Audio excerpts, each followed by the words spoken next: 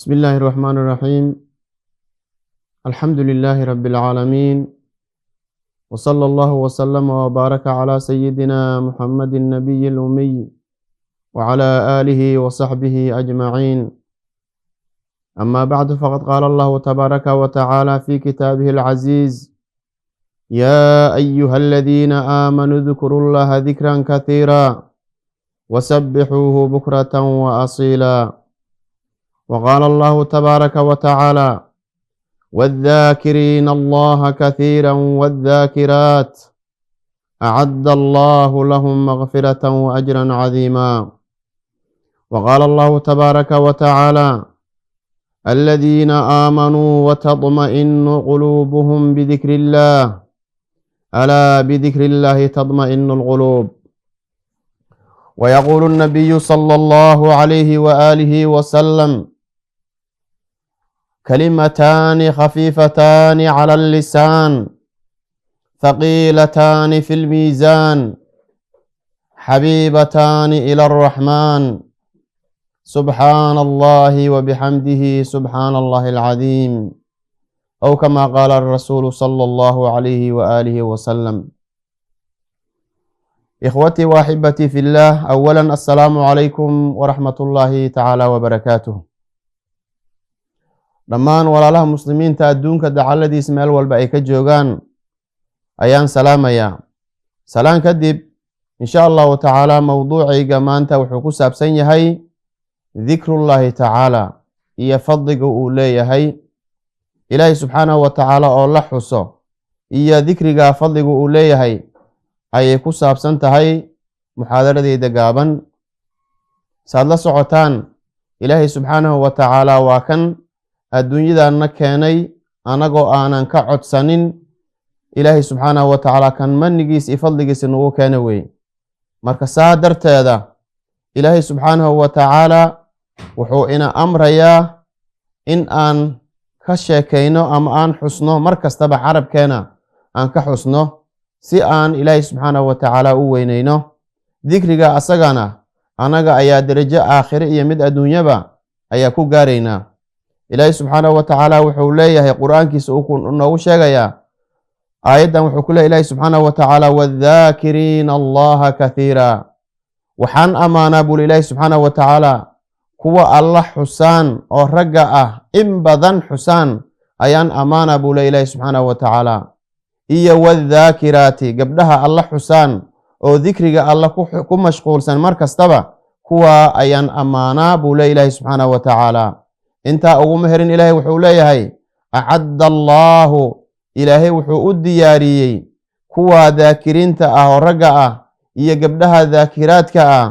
lahum ayaga makfiratan dembi dhaaf, oo ilaahay subxaanahu wa tacaala dunuubtooda inuu u dhaafo ayuu ilaahay subxaanahu wa tacaala u diyaariyey, iyo wa ajran cadiima, iyo ajar aad iyo aad u weyn ayuu ilaahay subxaanahu wa tacaala u diyaariyey.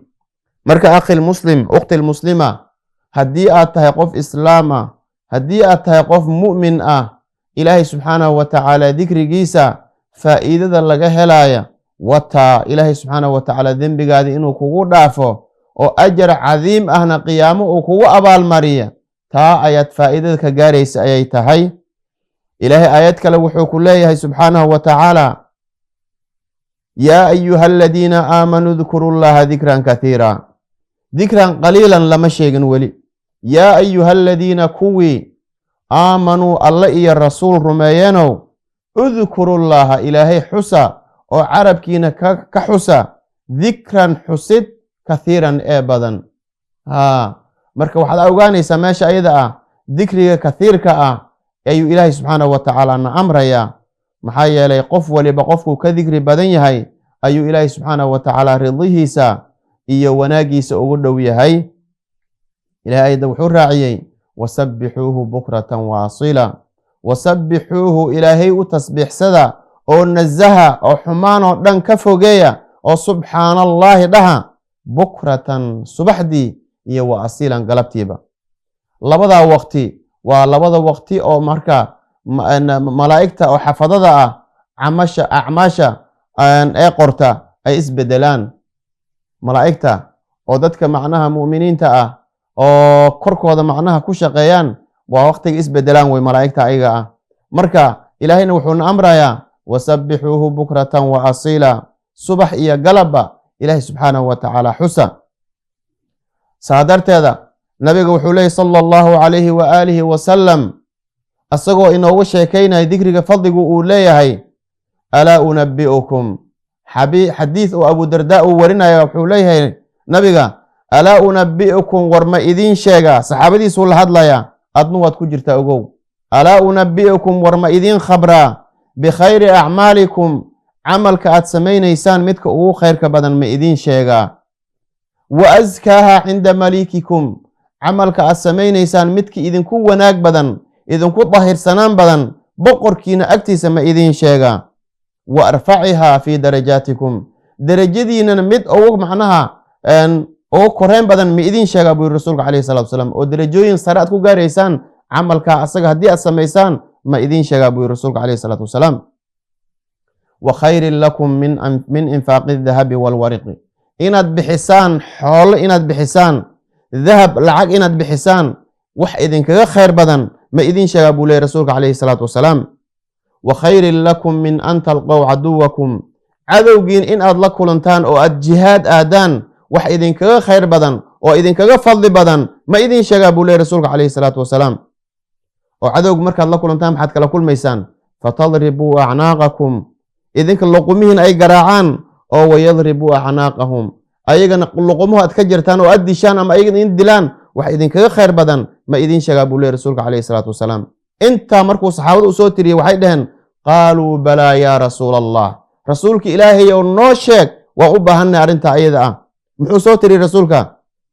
wax idinkaga khayr badan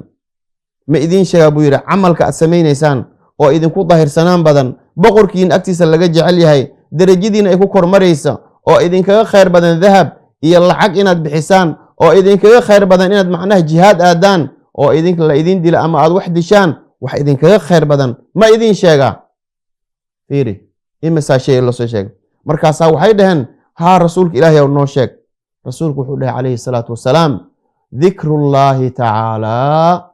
waxaasoo dhan waxaa idinkaga khayr badan oo idinkaga fadli badan ilaahay subxaanahu wa tacaala dikrigiisa. marka dikriga ilaahay subxaanahu wa tacaala ku dadaala, wax kasta meeshaad ka helaysaan buu yiri rasuulka calayhi salaatu wasalaam. xadiidka asaga ah waa xadiid saxiix ah. sidaa darteeda rasuulku wuxuu leeyay sala allahu calayhi wa aalihi wasalam, asagoo saxaabadiisa iyo dadka macnaha asaga macnaha mu'miniinta ku boorinaya, wuxuu leeyahy calayhi salaatu wasalaam, xadiid abu hureyre uu warinaya, lian aquula, aniga oo nabillaahi muxamed ah inaan dhaho subxaana allah walxamdu lilah walaa ilaaha ila allahu allahu akbar, alfaadaas inaan dhaho ayaa hee axabu ilaya mima طalacat calayhi shamsu, qoraxda intay ka soo dhalato ay u dhacdo waxaa iga khayr badan buu yiri rasuulka calayhi salaatu wasalaam in aan dhaho hal mar oo keli ah subxaana allah walxamdu lilah walaa ilaaha ila allahu allahu akbar. wax badan miya? waxaan u malaynaa maanta ama aan ogsannahay intaasoo kalaam oo maalaayacni ah oo faa'iidada adduunye iyo aakhira aan noogu sugnaan inaan ku hadalno. bal fiiri rasuulku wuxuu noo sheegay calayhi salaatu wasalaam, subxaana allah walxamdu lilah walaa ilaaha ila allahu allahu akbar. wax weyn ma aha. waxaa laga yaabaa maalintii intaasoo kun inaad samayn karto, laakiin nasiib daro waxaa laga yaabaa maalintii hal jeer hata inaadan dhihin. rasuulkana muxuu leeyahy calayhi salaatu wasalaam, waxaan u jeclahay kalimooyinkaasi maalinta qoraxda ay soo dhalato ay u dhacdo adduunyada dhan waxaan ka jeclay buu yidhi kalimaadda ayada ah. marka rasuulka ilaahayna ilaahay wuxuu noogu tilmaamay, laqad kaana lakum fii rasuulillaahi uswatun xasana, yay ugu sugnaatay liman kaana yarju llaha walyowma alaakhir. rasuulka ilaahay dayasho ayaa idinku sugnaatay oo diintiina aad kaga dayataan ayaa idinkaga sugnaatay buu ilaahay subxaanahu wa tacaala. yayna ugu sugnaatay liman kaana yarju llaha walyowma alaakhir, qofkii ilaahay subxaanahu wa tacaala ridihiisa iyo wanaagiisa rajaynaya iyo qiyaamo jiritaankeeda dhicitaankeeda rumaynaya, kaasay ugu sugnaatay buu ilaahay subxaanahu wa tacaala. marka ikhwatii fillaah, saa darteed waxaa loo baahan yahay inaan u tartanno ilaahay subxaanahu wa tacaala dikrigiisa. dikriga ilaahay subxaanahu wa tacaala aad buu u badan yahay. ذكر إلهي سبحانه وتعالى وحاوين قرآنك كريمك أو كلام الله أي آد أوين أو فضل بدن مدك الرسول وحوليه عليه الصلاة والسلام أنا ما قلت والنبيون من قبلي لا إله إلا الله وحاني أنكو قوله إيا النبياش إيقو هريين أيكو قولان وحاو ناسن بويري رسولك عليه الصلاة والسلام لا إله إلا الله كلمة لا إله إلا الله لي يراهدو تاس أيا أوو ناسن مركا اللفظ قال لا إله إلا الله لي يراهدو لفظ آدي علسوي إلهي سبحانه وتعالى قيامها ميزانك مركي لا صار لفظ أسقها أو آدي عسلينا مركي إخوتي في الله نفتي ديتين بوحنكو بورنا يا ذكر إلهي سبحانه وتعالى إنان أترتنه سيدا درتاد حديث أبو هريرة ورنا رسول وحكوت المام عليه الصلاة والسلام إن أوير رسولك كلمتان خفيفتان على اللسان لبا كلمة أو فضفضت أو عرب كفضت ثقيلتان في الميزان ميزانك قيامها مركي لسارنا كعلس حبيبتان إلى الرحمن الله الرحمن كأ وأدومه سؤن حريستا أكتي سنة اللوجع البدنية لبدا كلمة محيهين سبحان الله وبحمده سبحان الله العظيم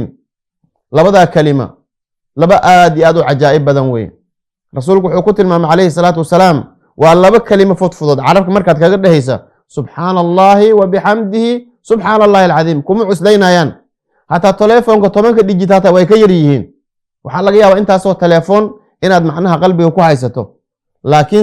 لبدا كلمة أو ساء فضت عرفك هذا كفضت ميزانك قيام مركي الله سارنا كعلس إلهين وجعل يهي عرب كذا ما ننتي إن هذا كل واقعنا يا لقى يابا مركز صادرت هذا وحلو باهين قف كستو إسلام أو مؤمن أو قلبي جيس إيمان أو كجرة إنه درهم أحاديث تماشى لقى شيء معها وعبد القادر وإذن لها خير خلق الله أي كل واقع وما ينطق عن الهوى إن هو إلا وحي يوحى رسول كان معها هو نفسه سبحانه وتعالى ووح إلهي سبحانه وتعالى حقيسة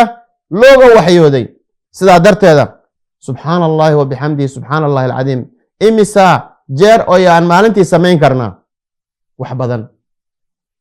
أيان سمين كرنا وحالا غيابا مالنتي نيك نوير 8 اور شق إنو كجيرو 8 اور كاوحو في سنة أو حساب تمايا بقول أما بقول $20 إنو ما أنت ماشي كسو شقين بل سمحات ليسي سبحان الله وبحمده سبحان الله العظيم markaad dhahdo akoonkaada aakhirada imisa kugu dhacaysa ka boqolka akoonka adduunyadu kugu dhacaya laakiin kan subhanallahi wa bihamdi subhanallahi alazim akoonka aakhiradu ku dhacaya marka imisa ay noqonaysa marka boqol jeer markaad ku dhawaaqdo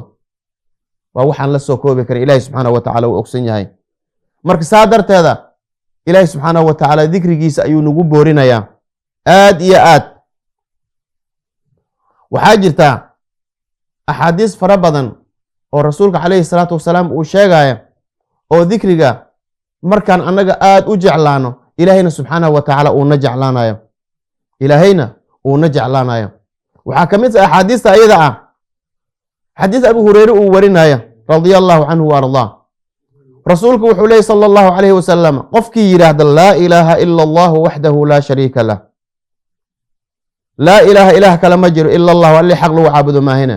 وحده كليس حال ويا إلهي لا شريك وحلا وذاك سدا إلهي لماذا له إلهي أمسجنان الملك بقرتوي أي ربي وأسجناتي وله الحمد مهضن وأسجناتي وهو على كل شيء قدير وحكستن إلهي سبحانه وتعالى اللي أوذوي لفظ جانك كقول في يوم 100 مرة مالنتي بقول جرنكي راد لا إله إلا الله وحده لا شريك له الملك وله الحمد وهو على كل شيء قدير بقول جرنك ده مالنتي كانت له عدل 10 رقاب وحيو أهانا يساقفك أيضا طبعا أدون قف حريي أجركي أهل لها إن لم يدأ أي قفك أصغى هلا يا أبو رسولك عليه الصلاة والسلام وحاوك له راعيي وكتبت له 100 حسنة بقول أجرنا والله غريا بقول أجر أو أجر كستماشي وقال إلهي سبحانه وتعالى وأقيهي ومحيد عنه 100 سيئة بقول ذنب ولا غتريا كو محاولة انتاس وكانت له حرزا من الشيطان يومه ذلك maalinta ayada uu jooga uu boqolka jeer u akhriyeyna waxay u ahaanaysaa xijaab iyo xirsi xir ayay u ahaanaysaa shaydaan iyo asxaabtiisa kuma soo dhowaadaan shaydaan maalinta asaga ninka asaga booska ma helayo wuxuu intaa raacay rasuulka calayhi salaatu wasalaam ilaa uu ka galabaysta ninka asaga shaydaan kuma soo dhowaado qof la imaadana ma jirto buu yidhi axad la imaanaya wax ka fadli badan qofkaa wuxuu la imaaday ilaa qof waxaa ka badan boqolkaa ka badan sameeyey maahina cid kaleo intaa ayada ah la imaan karta malaha buu yidhi rasuulka calayhi salaatu wasalaam saa darteeda waxaa loo baahan yahay inaan ku tartanno khayrka iyo wanaagga ilahay qur-aankiisa wuxuu ku leeyahay falyatanaafasil mutanaafisuun kuwa tartamayaan oo khayrka iyo wanaagga u tartamayaan wanaagga ilaahay subxaanahu wa tacala agtiisa laga helaya ha u tartamaan saa darteeda rasuulku wuxuu raacay xadiidka asaga calayhi salaatu wasalaam qofkii yidhaahdo subxaana allahi wa bixamdihi fii yowmin 100 maratin maalintii qofkii yidhaahdo subxaana allahi wa bixamdihi 100 jeer keliya ninkii yidhaahdo xudat khadaayaahu waxaan u malaynaa dembigeena aad ayuu u batay dembigeena aad buu u batay maanta dukaan intaan tagno oo lacag aan bixino oo dunuubta nalagu tiraayana inuusan jirin ayaan malaynaa laakiin si fudud ayuu rasuulku noogu tilmaamay calayhi salaatu wasalaam 100 jeer haddaad dhahda maalintii subxaana allahi wa bixamdihi ilaahay subxaanahu wa tacaala dunuubtaada dhan ayuu kuu tirtirayaa walow kaanat mithla zabadi albaxri badda xumbadeeda baa la ekaatee badda macnaha hirka ay wadda iyo xumbada ay wadda haba la ekaada dembigaada ilaahay subxaanahu wa tacala wuu kuu dhaafaya waxaan u malaynaa dunuub badan ayaa dusheena iskoraan kortay dunuubteena waxaa waye canaana samaa ayay gaaraysaa maxaa yeelay maalintii telefoon dhegta ku haysanaa waxaan fiirinaa bahalkan facebook la yidhahdo balaayo buuggan la yidhaahdo snapchatkiaan ku jirnaa meel kasta oo xun ayay gacanteena taabanaysaa dunuubta ayada ah malaa'igta way qorayaan dunuubta ayada wixii lagu dhaqi lahaa ayuu rasuulkani noo sheegay calayhi salaatu wasalaam ikhwatii fillah aan ka faa'iidaysanno arrimahaas ayada ah xabiibkan uu noo sheegay calayhi salaatu wasalaam ma jeceshahay walaalkaygiiow muslimka ah ma jeceshahay walaashaydiiyo muslimadda ah ilaahay subxaanahu wa tacaala guri wanaagsan oo khayr badan oo barako badan jannadiisa dhexdiis inuu kugu dhiso ma jeceshahay ma jeceshahay ilaahay subxaanahu wa tacaala jannadiisa inuu geedo kugu tilaala ma jeceshahay oo ku miro dhalaan oo lagu guranaya oo adiga macna aad leedahay ma jeceshahay haddii jawaabta ay tahay haa dhegayso marka xadiidkan nabigu wuxuu leeyahy calayhi salaatu wasalaam xadiis jaabir binu cabdullaahi uu warinayo wuxuu leeyahy nabiga man qaala subxaana allahi alcadiimi wa bixamdihi hal jeer ninkii yidhahdo subxaana allahi alcadiimi wa bixamdihi gurisat lahu nakhlatun fi ljannati timir ayaa jannada loogu tallaalaa maasha allah jannada ayaa timir loogu tallaalaa marka saa awgeeda arrinta ayada waa inaan u tartannaa hal jeer subxaana allahi wa bixamdihi aad dhahda balka waran oo jannada geedo lagugu tallaalo wax la heli kara ma aha insha allahu tacaala ballanteena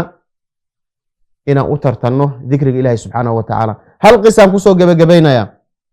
qiso gaaban rasuulka calayhi salaatu wasalaam nin baa u imaadeen maalin maalmaha ka mid ah wuxuu u sheegtay rasuulka ilaahay oo wuxuu yidhi bahalka hangarlaha la yidhaahda ama dabaqallooc waad garanaysaan hangarla ay qaniine buu yidhi xalayto hangarla ayaa ay qaniinay markaasuu yidhi rasuulka calayhi salaatu wasalaam oo hangarla markuu ku qaniinaye ma adkaartad ka tagtay soo maaha adkaartii lagu xirsi xirin lahaa ayaad ka tagtay marka haddii adiga xirsigii xijaabkii oo ilaahay subxaanahu wa tacala uu kugu difaaci lahaad ka tagto hadduu hangarla sheegaysa abees ay ku qaniinto haddii inaad sheegata ma aha maxaad u dhihi waayse buu yidhi maxaad u dhihi waayse buu yidhi acuudu bikalimaati illaahi taammaati kulliha min shari maa khalaqa haddii aad dhihi laheed subaxdii markuu waagu kuu baryo ama galabtii markii qoraxda ku dhacdo acuudu bikalimaati illaahi taammaati kulliha min shari maa khalaq lam yaduruka shayun waxba kuma dhibi lahen hangarlaad sheegaysaa baabuur kumuma dhaceen shil ma galeen wax kale iskaba dhaaf marka arrintaas aan ka faa'iidaysano dikriga ilaahay subxaanahu wa tacaala aan ku dadaalna mar kastaba markaan seexanayna dikriga waxaa jirta adkaaru noom la yidhaahda marka la soo kacayo waxaa jirta adkaar la yidhahda arkaalo macnaha istiiqaad la yidhahda jirta marka meel kasta adkaar bay leedahay uu rasuulku noo tilmaamay calayhi salaatu wasalaam maxfalkan hadda kuma soo koobi karno insha allahu tacaala intaas ayaan kelmadeeda kusoo gaabinayaa waxaan hadlay naftayda iyo shaydaan ayay ka ahaadeen waxaan wanaajinay ilaahi subxaanahu wa tacaala ayaa u waafajiyey wamaa tawfiiqiya ila billaah calayhi tawakaltu wa ilayhi uniib insha allahu tacaala naftayda iyo naftiinaba waxaan u dardaarmayaa dikriga ilaahi subxaanahu wa tacaala inaan u degdegno maxaa yeelay quluubta daawadeeda waaye suu ilaahi subxaanahu wa tacaala qur-aankiis noogu sheegay aladiina aamanuu watadma'inu quluubuhum bidikri illaah alaa bidikri illaahi tadma'inu alquluub kuwa iimaanka leh buu yiri ilaahi subxaanahu wa tacaala quluubtooda waxay ku xashisaa ilaahi subxaanahu wa tacaala dikrigiisa iyo xuskiisa alaa bidikri illaahi tadma'inu alquluub quluubta ilaahi subxaanahu wa tacaala dikrigiisa ayay ku xasishaaye dikriga ilaahi subxaanahu wa tacaala ku dadaalna naftaydii idinkaba waxaan idin amrayaa insha allahu tacaala ilaahi subxaanahu wa tacaala dikrigiisa inaan ku dadaalno hada wabillahi tawfiiq fasalaamu llahi calaykum waraxmat llahi wabarakaatuh